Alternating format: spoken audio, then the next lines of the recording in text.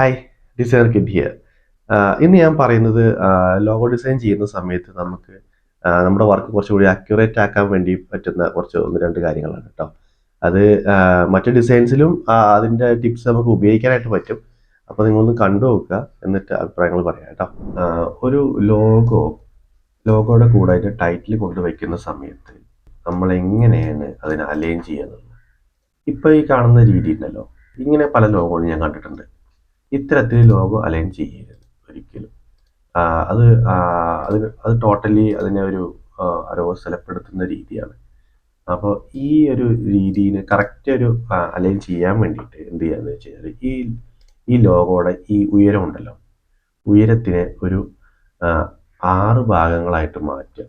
6 ഭാഗങ്ങളായിട്ട് മാറ്റുക എന്ന് വെച്ച് കഴിഞ്ഞാൽ ആദ്യം ഒരു ലൈൻ വരച്ചു കൊടുക്കുക. ഇവിടെ ഒരു ലൈൻ വരച്ചു കൊടുക്കുക. ആ ലൈൻ ഇതിനോട് ചേർത്ത് വയ്ക്കുക. ചേർത്ത് വെച്ചതിന് ശേഷം കാണാൻ വേണ്ടിയിട്ട് ഇങ്ങനെ ചെയ്യട്ടോ. എന്നിട്ട് ഈ ലൈനിനെ നമ്മൾ കോപ്പി ചെയ്യുക. കോപ്പി ചെയ്തിട്ട് പിന്നെ 1 2 3 4 5 6 ലൈൻസ് വരച്ചതിന് ശേഷം ഈ ലോഗോ മാർക്ക് ചെയ്തു. ഏറ്റവും അവസാനത്തെ ഈ ലൈനും ലോഗോയും സെലക്ട് ചെയ്തിട്ട് ലോഗോനെ ബേസ് ചെയ്തിട്ട് നമ്മൾ എന്ത് ചെയ്തു, ഈ അലൈൻ ചെയ്തു. ഈ വെർട്ടിക്കൽ അലൈൻ ചെയ്തപ്പോൾ ഇതിവിടെ ചേർന്ന് വന്നു അല്ലേ? ഇത് അറിയുന്നുണ്ടാവും നിങ്ങൾക്ക്, പക്ഷെ നിങ്ങൾ യൂസ് ചെയ്യുന്നുണ്ടാവില്ല പലരും.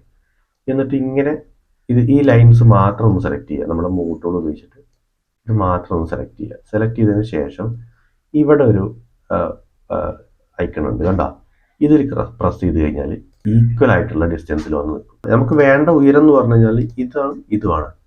ഇതിൻ്റെ ഇടയിലായിരിക്കണം നമ്മൾ ടൈറ്റിൽ എടുക്കുക. മനസ്സിലായോ? നമ്മുടെ ലോഗോയ്ക്കായിരിക്കും പ്രയോറിറ്റി. ടൈറ്റിലിൻ്റെ ഉയരം എന്ന് പറഞ്ഞു കഴിഞ്ഞാൽ ഇതാണ്. ഇപ്പോൾ നമ്മൾ ഇതിൽ വരുന്നത് സ്റ്റാറ്റസ് ഇന്റർനാഷണൽ എന്നുള്ള പേരാണ്. അപ്പോൾ സ്റ്റാറ്റസ് ഇന്റർനാഷണൽ ഒറ്റ പേരാണ് ശരിക്കും. സ്റ്റാറ്റസ് മാത്രമായിട്ട് അവർ യൂസ് ചെയ്യുന്നില്ല, അതിന് ടോട്ടലി അത് നമ്മൾ യൂസ് ചെയ്യണം. അപ്പോൾ ചില കമ്പനികളിൽ ടാഗ് ലൈൻ ആയിരിക്കും ഈ ഇന്റർനാഷണൽ സ്പേസിൽ ഉണ്ടാവുക. ഈ ടാഗ് ലൈൻ നമ്മൾ അതിൽ ഉൾപ്പെടുത്തണമെന്നില്ല. ടൈറ്റിൽ അലൈൻ ചെയ്യുന്നതിലും ടാഗ് ലൈൻ ഉൾപ്പെടുത്തണം നിർബന്ധമില്ല. അങ്ങനെ ചെയ്താലും ബോറാവില്ല കേട്ടോ. അത് നിങ്ങൾ യുക്തി പോലെ ചെയ്യാം. അപ്പോൾ നമ്മൾ ഈ ഒരു ലൈനും കൂടി സെലക്ട് ചെയ്തതിന് ശേഷം എന്ത് ചെയ്യണം, ഇതിൻ്റെ ഉള്ളിലേക്ക് നമ്മുടെ ഈ ടൈറ്റിൽ പൊള്ളിക്കുക. ശരിക്കും ഇത് ചെയ്യേണ്ട രീതി എന്ന് പറഞ്ഞു കഴിഞ്ഞാൽ നമ്മൾ എന്ത് ചെയ്യുക, ഈ ലൈൻ സെലക്ട് ചെയ്യുക. സെലക്ട് ചെയ്തതിന് ശേഷം, അതായത് ഈ വ്യൂ ആക്കാൻ വേണ്ടിയിട്ട് ഇപ്പോൾ നമ്മൾ കാണുന്ന ലൈൻ മാത്രം കാണുന്ന വ്യൂ ഇല്ലേ, ഇത് ആക്കാൻ വേണ്ടിയിട്ട് നമ്മൾ എന്ത് ചെയ്യുക, കമാൻഡ് Y അമർത്തുക കേട്ടോ. കമാൻഡ് Y, അല്ലെങ്കിൽ വിൻഡോസിലാണെങ്കിൽ കൺട്രോൾ Y, ഔട്ട്ലൈൻ വ്യൂ എന്ന് അതിന് പറയാം കേട്ടോ. കമാൻഡ് Y വീണ്ടും ചെയ്യുക, പഴയ പോലെ ആവും കണ്ടോ. എന്നിട്ട് ഈ ലൈൻ സെലക്ട് ചെയ്തു. സെലക്ട് ചെയ്തതിന് ശേഷം ട്രാൻസ്ഫോമിൽ പോവുക. എന്നിട്ട് അതിൻ്റെ ഹൈറ്റ് ഇവിടെ കൊടുത്തിട്ടുണ്ടാവും വാല്യൂ, അത് നമ്മൾ എന്ത് ചെയ്യുക, കോപ്പി ചെയ്യുക. അത് കോപ്പി ചെയ്ത് വെച്ചല്ലോ. ഇനി എന്ത് ചെയ്യുക, നമ്മൾ ഇതിൽ സെലക്ട് ചെയ്യുന്നു, വീണ്ടും ട്രാൻസ്ഫോമിൽ പോകുന്നു, ഹൈറ്റ് നോക്കുന്നു, കൺട്രോൾ A അടിക്കുന്നു, അല്ലെങ്കിൽ കമാൻഡ് A അടിക്കുന്നു. കമാൻഡ് V പേസ്റ്റ് ചെയ്ത് കഴിഞ്ഞാൽ നേരത്തെ നമ്മൾ കോപ്പി ചെയ്ത വാല്യൂ അവിടെ വന്നു, എൻ്റർ അടിക്കുന്നു കണ്ടോ. ഇത്രയേ ഉള്ളൂ. ഇത് അക്യുറേറ്റ് ആയിരിക്കും. ഇത് നമ്മൾ എന്ത് ചെയ്യുക, ഇതാണ് നമ്മുടെ ലൈൻ. ഈ ലൈനിലേക്ക് നമ്മൾ ജസ്റ്റ് ഒന്ന് അറേഞ്ച് ചെയ്ത് വെച്ചു കണ്ടോ. ഇപ്പം അത് ഏകദേശം നമ്മളെ പറഞ്ഞ പോലത്തെ റേഷ്യോയിൽ വന്നു. ഒരു ഏറ്റവും ഭംഗിയായിട്ടുള്ള ഏറ്റവും നല്ല റേഷ്യോയിൽ ഇത് വന്നു. ഇനി അതിനെ കറക്റ്റായിട്ട് ഒന്നുകൂടി അലൈൻ ചെയ്യണം. അത് നമ്മൾ മാനുവലി ചെയ്യണം. അത് ഇങ്ങനത്തെ ടൈറ്റിലിൽ മാത്രമേ പ്രശ്നം ഉണ്ടാവുള്ളൂ. അതിൽ A കുറച്ച് ഉയർന്നു നിൽക്കുന്നുണ്ട്, S കുറച്ച് ഉയർന്നു നിൽക്കുന്നുണ്ട്. ഇതിൻ്റെ ടോട്ടൽ അലൈൻമെൻറ്റ് നമ്മൾ കണക്കാക്കേണ്ടത് കണ്ടോ, ഈ ഒരു ലൈനിനെ ആസ്പദമാക്കിയിട്ടാണ് നമ്മൾ ഇതിനെ അലൈൻ ചെയ്യേണ്ടത്. അതാണ് അതിൻ്റെ വൃത്തി, ടോട്ടാലിറ്റി, ഭംഗി ഉണ്ടാവുക. അപ്പോൾ നമ്മൾ എന്ത് ചെയ്യുക, ഇത് ഒന്നും കൂടി സെലക്ട് ചെയ്യുക. നമ്മൾ കറക്റ്റായിട്ട് അലൈൻ ചെയ്തു, താഴെ നേരെ തന്നെയാണ് കറക്റ്റായിട്ട് അത് നിൽക്കുന്നുണ്ട്. മുകളിൽ എന്ത് ചെയ്യണം, നമ്മൾ സ്മാർട്ട് ഗൈഡൻസ് ഒക്കെ ഓണാണ് കണ്ടോ, ഓണാണ്. ഇനി നമ്മൾ എന്ത് ചെയ്യുക, ചെയ്തു വെച്ചു,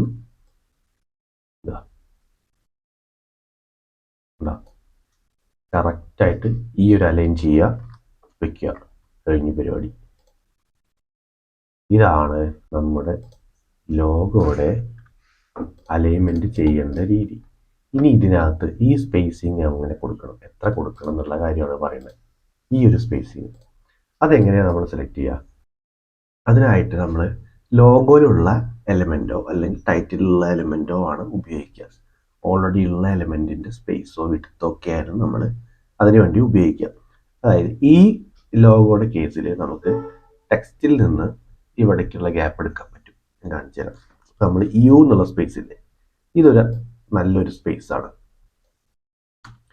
ഈ ഒരു സ്പേസ് അതിലേക്ക് വരുന്ന സമയത്ത് കണ്ടോ, ഏകദേശം ഈ ടിയും യുവും തമ്മിലുള്ള ഗ്യാപ്പ് ഏകദേശം സെയിം ആണ്. കണ്ടോ, ഇവിടെയും ഏകദേശം സെയിം ആണ് കേട്ടോ. കാണിക്കാം, ശരിക്കും കാണിക്കാം. കണ്ടോ, ഇവിടെ ഏകദേശം സെയിം ആണ്, ഇവിടെ ഏകദേശം സെയിം ആണ്, ഇവിടെയും സെയിം ആണ്. അങ്ങനെ വരുന്ന സമയത്ത് നമുക്ക് എന്ത് ചെയ്യാം, ആ സ്പേസിനെ തന്നെ നമുക്ക് ഇവിടെയും യൂസ് ചെയ്യാം.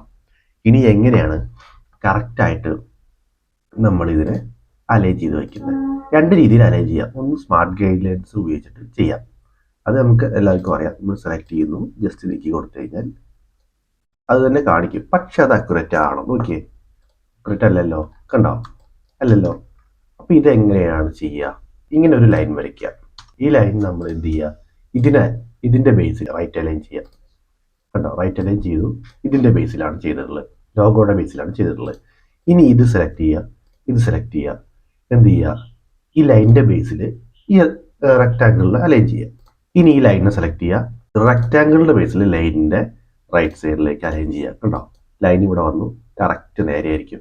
ഇനി ഈ ലൈനിനെ സെലക്ട് ചെയ്യുക, ടെക്സ്റ്റ് സെലക്ട് ചെയ്യുക, ലൈനിൻ്റെ ബേസിൽ ലെഫ്റ്റ് അലൈൻ ചെയ്യുക, കറക്റ്റ് ആയിരിക്കും. കണ്ടോ, അക്യുറേറ്റ് അല്ലേ? ഇങ്ങനെയാണ് അക്യുറേറ്റ് ആയിട്ടുള്ള അലൈൻമെൻറ്റ് ചെയ്യുന്ന രീതി. ഈ ഒരു സ്പേസിങ്ങിൻ്റെ കാര്യം മനസ്സിലായല്ലോ.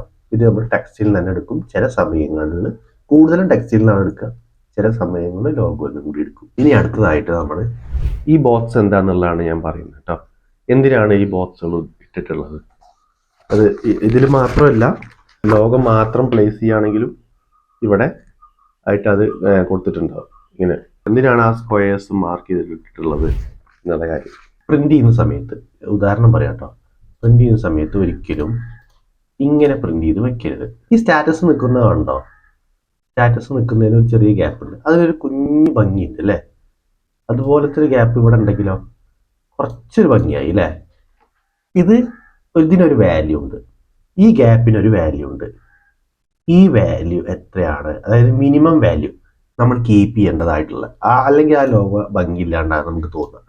അതെങ്ങനെ കണ്ടുപിടിക്കുന്നത് വെച്ചാൽ, അത് ലോഗോയിലുള്ള ഓരോ എലമെൻസോ അല്ലെങ്കിൽ നേരത്തെ പറഞ്ഞ പോലെ ടെക്സ്റ്റിലുള്ള എലമെൻസ് ആണ് ഉപയോഗിക്കുക. നമുക്കിതിൽ വേണമെന്നുണ്ടെങ്കിൽ രണ്ട് കാര്യങ്ങൾ ഉപയോഗിക്കാം. ഒന്ന്, ഇപ്പോൾ ഇതിൽ നേരത്തെ പറഞ്ഞിട്ടുള്ള ആ യുടെ ഈ സ്പേസ്, പക്ഷെ ആ സ്പേസ് നമുക്ക് സ്പേസിങ്ങിന് പുറത്തേക്കുള്ള ക്ലിയർ സ്പേസിങ്ങിന് പോരാണ്ട് വരും. ഈ ഒരു സ്പേസിങ് പോരാ, ഇത് ഉപയോഗിക്കാം. ഈ ഒരു ട്രയാങ്കിൾ ഷേപ്പ് നമുക്ക് എന്തിനു വേണ്ടി ഉപയോഗിക്കാം, സ്പേസിന് ഉപയോഗിക്കാം. പക്ഷെ അതും ഇതൊക്കെ ഏകദേശം സെയിം തന്നെയാണ് വരുന്നത്. പക്ഷേ നമുക്ക് യൂസ് ചെയ്യാൻ പറ്റുന്ന ഒരു സ്പേസിങ് ഉണ്ട്, അത് ഈ ലോഗോയുടെ എലമെൻറ്റിലാണ്. ഞാൻ ഇതിൽ നിന്നാണ് എടുക്കുന്നത്. അപ്പോൾ അതെങ്ങനെയാണെന്ന് വെച്ച് കഴിഞ്ഞാൽ, ഇതാ ഈ ഒരു ചെറിയ ഭാഗത്തുനിന്ന് ഞാൻ സ്ട്രെയിറ്റ് ആയിട്ട്, ഇത് ഇത്തിരി ചെരിഞ്ഞാലൊന്നും ഇങ്ങനെ ആയാലൊന്നും കുഴപ്പമില്ല കേട്ടോ. കാരണം നമ്മൾ ഇവിടെ തൊട്ട് ഇവിടെ വരെയുള്ള ദൂരമാണ് നമ്മൾ അളക്കുന്നത്. ഈ ഒരു ഡിസ്റ്റൻസ് നമ്മൾ എടുത്തതിന് ശേഷം ഇതാ ഈ ഒരു ഇതിൻ്റെ വെടുത്ത് നമ്മൾ എന്ത് ചെയ്യുക, നേരത്തെ കോപ്പി ചെയ്ത പോലെ കോപ്പി ചെയ്തതിന് ശേഷം ഒരു സ്ക്വയർ നമ്മൾ ക്രിയേറ്റ് ചെയ്യുക. അതിന് വേണ്ടിയിട്ട് ആ കോപ്പി ചെയ്തത് രണ്ട് ഹൈറ്റും വെടുത്തും സെയിം ആയിട്ട് പേസ്റ്റ് ചെയ്തു. കണ്ടോ, അപ്പോൾ ഈ ലൈനിൻ്റെ ഇതും സെയിം വെടുത്തായി. ഇതാണ് ഇതിൻ്റെ സ്പേസിങ്, ഇതാണ് ഇതിൻ്റെ മാക്സിമം സ്പേസിങ് കേട്ടോ. ഈ സ്പേസിങ് നമ്മൾ ഈ ലോഗോയിൽ എപ്പോഴും കീപ്പ് ചെയ്യണം. ഞാൻ കാണിച്ചു തരാം അതെങ്ങനെയാണ് വർക്കാവുന്നത് കാണിച്ചു. ഇനി ഇതിൻ്റെ റൈറ്റ് സൈഡിൽ അതുപോലെ ലൈൻ ചെയ്തു, അത് അലൈൻ ചെയ്തു, ഒരു കോപ്പി ചെയ്തു, അത് ലെഫ്റ്റ് സൈഡിൽ അലൈൻ ചെയ്തു, അതിൻ്റെ ഒരു കോപ്പി എടുത്ത് ഈ ലൈനിൽ അലൈൻ ചെയ്ത് വെച്ചു, ഒരു കോപ്പി എടുത്ത് ഈ ലൈനിലും അലൈൻ ചെയ്ത് വെച്ചു. കണ്ടോ, ഇത് ഞാൻ എന്ത് ചെയ്തു, ഇതിൻ്റെ ഒരു കോപ്പി എടുത്തു നോക്കട്ടോ. ഇനി ശ്രദ്ധിക്കുക, ഈ ഒരു ഞാനിത് ചെറുതാക്കി, കണ്ടോ, അത് ഗ്രൂപ്പ് ചെയ്തു കൊണ്ടുവച്ചു. ഇപ്പൊ നോക്കിയേ, ഈ ഒരു സ്പേസിങ് കണ്ടോ, ഇത് ഞാൻ ഡിലീറ്റ് ചെയ്യാം.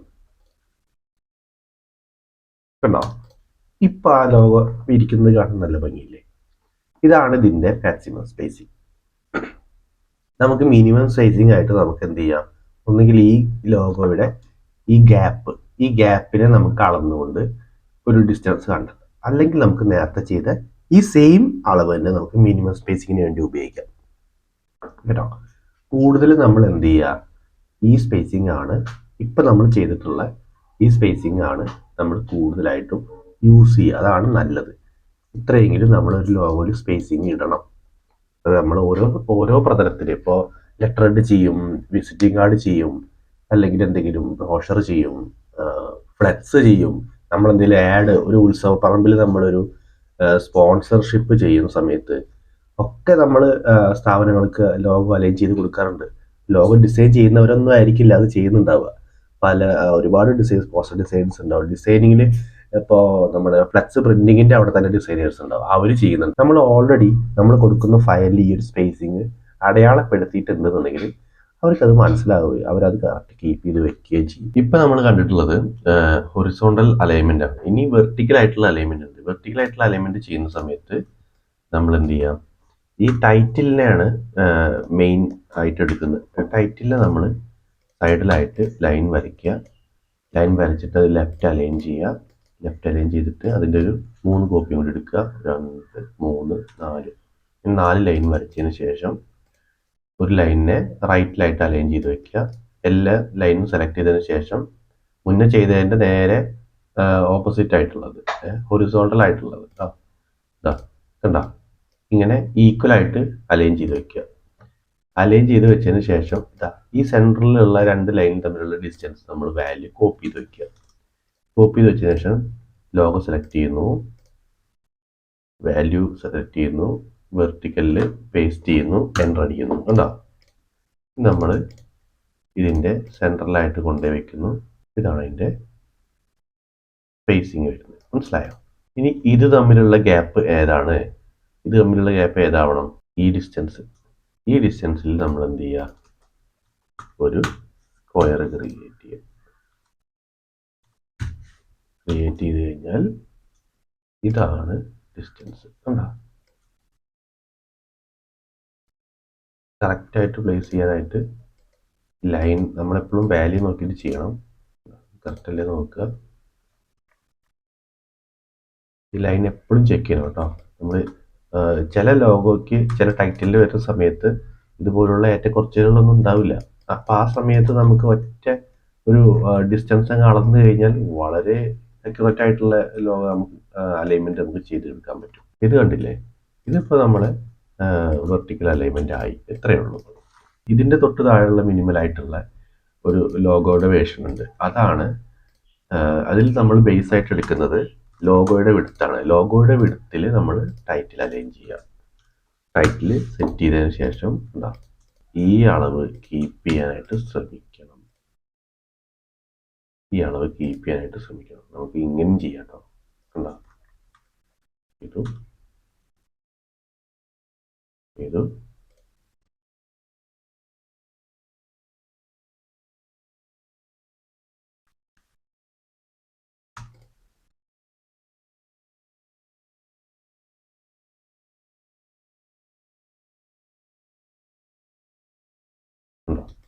ഇങ്ങനെയാണ് ഇതിൻ്റെ മിനിമലായിട്ടുള്ള വേർഷൻ.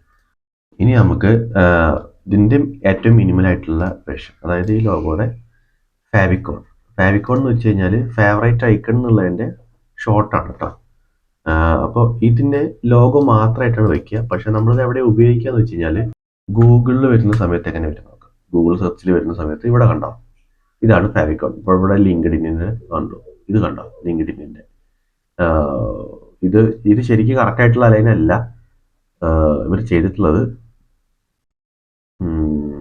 അപ്പോൾ ഇത്തരത്തിൽ വരുന്ന ലോഗോകളെയാണ് നമ്മൾ ഫാവിക്കോൺ എന്ന് പറയുന്നത്. ഇതെങ്ങനെയാണ് ചെയ്യുന്നത് വെച്ചാൽ നമ്മുടെ ലോഗോയുടെ സൈസ് നമ്മൾ അളവെടുക്കുക. വിഡ്ത്തോ ഹൈറ്റോ, നമ്മൾ സ്ക്വയർ ആണെന്നുണ്ടെങ്കിൽ നോക്കിയിട്ട് ഇതിൻ്റെ ഏറ്റവും വലിയ അളവ് ഇതാണ്, വിഡ്ത്താണ്. ഈ വലിയ അളവ് നമ്മൾ കോപ്പി ചെയ്യുക. കോപ്പി ചെയ്തതിന് ശേഷം എന്താ ഒരു സർക്കിൾ ക്രിയേറ്റ് ചെയ്യുക, പേസ്റ്റ് ചെയ്യുക. ഇപ്പം അതേ അളവിൽ ഒരു എന്ത് കിട്ടി, ഒരു സർക്കിൾ കിട്ടി അതേ അളവിൽ. ഇനി ഇതിനെ നമ്മൾ എന്ത് ചെയ്യുക, ഇതിനെ നമ്മൾ ഈ സൈസ് ഇൻറ്റു ടു നടിക്കുക, പ്രസ് ചെയ്യുക. കണ്ടോ, ഇപ്പം ആ സർക്കിളിൻ്റെ സൈസ് ഇൻക്രീസ് ആയി. ഇനി എന്ത് ചെയ്യുക, ഇതിനെ ഫ്രണ്ടിലേക്ക് കൊടുത്തതിന് ശേഷം കളർ ചേഞ്ച് ചെയ്തു ഞാൻ വിസിബിൾ ആകാൻ വേണ്ടിയിട്ട്. കേട്ടോ, ഇതാണ് ഫാവിക്കോൺ. ഇങ്ങനെയാണ് ഇത് അറേഞ്ച് ചെയ്യുക. ഏറ്റവും സുഖമായിട്ട് ഫാവിക്കോൺ അറേഞ്ച് ചെയ്യുന്നത് ഇങ്ങനെയാണ്. വേറെയും രീതികളൊക്കെ ഉണ്ട്. അപ്പോൾ ഈ കാര്യങ്ങൾ നിങ്ങൾക്ക് യൂസ്ഫുൾ ആയിട്ട് തോന്നുന്നുണ്ടെങ്കിൽ നിങ്ങൾ നിങ്ങളുടെ ഫ്രണ്ട്സിന് ഡിസൈൻ ചെയ്യുന്നവർക്കൊക്കെ ഇത് ഷെയർ ചെയ്ത് കൊടുക്കുക. നിങ്ങളുടെ അഭിപ്രായങ്ങൾ ഇതിൽ കമൻ്റായിട്ട് ചെയ്യുക.